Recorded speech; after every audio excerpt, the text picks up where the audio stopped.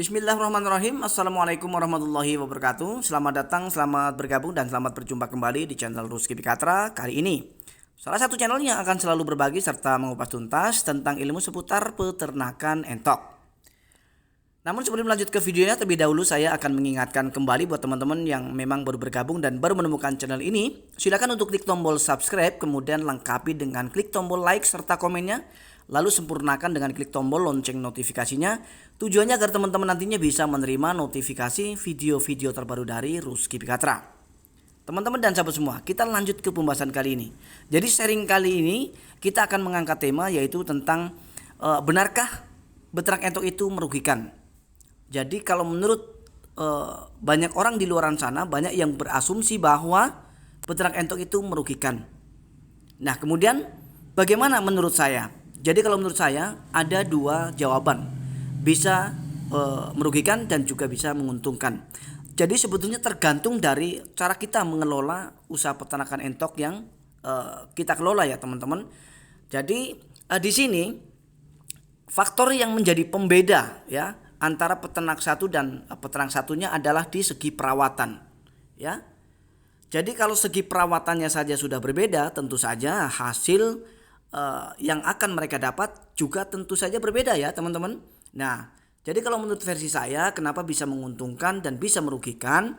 Bisa menguntungkan ketika perawatan yang kita lakukan adalah perawatan yang sungguh-sungguh dan maksimal ya, tidak lepas dari cara kita untuk memberikan pakan-pakan alternatif ya, dengan tujuan untuk menekan biaya pakan. Dan kemudian bisa juga beternak entok itu merugikan ketika ya perawatan yang kita lakukan adalah perawatan yang asal-asalan. Jadi mungkin mereka hanya sekedar hobi yang kemudian mereka mengharap hasil dari hobi yang mereka tekuni. Teman-teman dan sahabat semua, jadi kalau kita melakukan sesuatu itu hanya berdasarkan hobi, biasanya mereka akan melakukan apapun ya, dalam artian dari segi pakan mungkin bisa semewahnya ya. Kita kasih yang mungkin hanya modal beli ya, kita hanya datang ke toko ternak ya, di situ sudah tersedia banyak sentrat ya, yang tanpa memikirkan bahwa ternyata dengan kita royal untuk pakan yang akan kita berikan kepada entok-entok kita ini, ternyata justru malah nanti ya kita tidak akan mendapatkan hasil apapun ya teman-teman dan sahabat semua. Nah inilah kalau kita beternak berdasarkan hobi itu tadi ya. Jadi kalau hanya sekedar hobi, melepas hobi itu tadi, biasanya ya tidak pandang bulu, dalam artian tidak memikirkan untung ruginya. Yang penting saya bisa senang, saya bisa happy dengan ngasih makan entok dengan menggunakan sentrat ya teman-teman. Nah berbeda dengan ketika beternak entok itu didasari dengan ilmu pengetahuan serta didasari dengan ilmu bisnis ya untuk usaha. Tentu saja kita akan mencari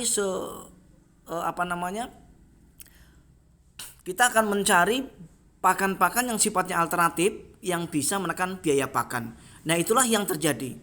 Nah itu kenapa saya menjawab bisa untung bisa rugi ya. Ketika saya menggunakan pakan-pakan yang saya berikan kepada entok kita adalah pakan-pakan yang mutlak dari pabrikan, ya secara otomatis kita akan jawab bahwa beternak entok itu pasti rugi. Tetapi ketika kita bisa mengolah, ketika kita bisa menekan biaya pakan dengan pakan-pakan alternatif yang bisa kita cari dari alam, seperti yang sudah ada di video saya sebelumnya, ya mudah-mudahan usaha ternak entok kita tentu saja akan bisa mendapatkan keuntungan ya teman-teman. Nah ini berdasarkan pengalaman yang sudah saya alami, yang sudah saya rasakan ya sepanjang hampir 7 tahun ya teman-teman dan sahabat semua. Jadi bisa untung dan bisa rugi, tergantung dari cara kita ya teman-teman dan sahabat semua untuk mengelola usaha peternakan entok ini. Jadi saya juga tidak bisa menyimpulkan bahwa usaha peternak entok itu sebetulnya merugikan ya, karena juga saya pernah mendapatkan keuntungan yang sangat luar biasa ketika harga entok naik ya, kemudian saya mendapatkan atau mencari pakan alternatif yang memang ternyata mantap dan cocok untuk entok. Nah di sini saya bisa mendapatkan keuntungan dari hasil penjualan ya. Intinya kalau kita mau mendapatkan keuntungan dari usaha peternakan entok, baik pembibitan maupun pembesaran ya teman-teman dan sahabat semua, kita harus pandai-pandai, kita harus pintar-pintar untuk mencari pakan-pakan alternatif, yang tentu saja pakan tersebut adalah pakan yang juga tidak lepas dari kandungan protein yang tinggi juga, sehingga entok-entok nanti bisa tetap senantiasa sehat. Sehingga dengan entok yang sehat, otomatis ya teman-teman dan sahabat semua, kita akan bisa mendapatkan hasil yang maksimal. Ya kalau entok nggak sehat, otomatis ya tidak laku. Kalau tidak laku, kita nggak mungkin untung ya teman-teman. Nah, inilah penyampaian yang singkat ini, mudah-mudahan menginspirasi ya teman-teman dan bermanfaat. Jadi kalau menurut saya ada dua ya, bisa menguntungkan dan juga bisa merugikan, tergantung dari cara kita untuk mengelolanya. Akhir kata, assalamualaikum warahmatullahi wabarakatuh.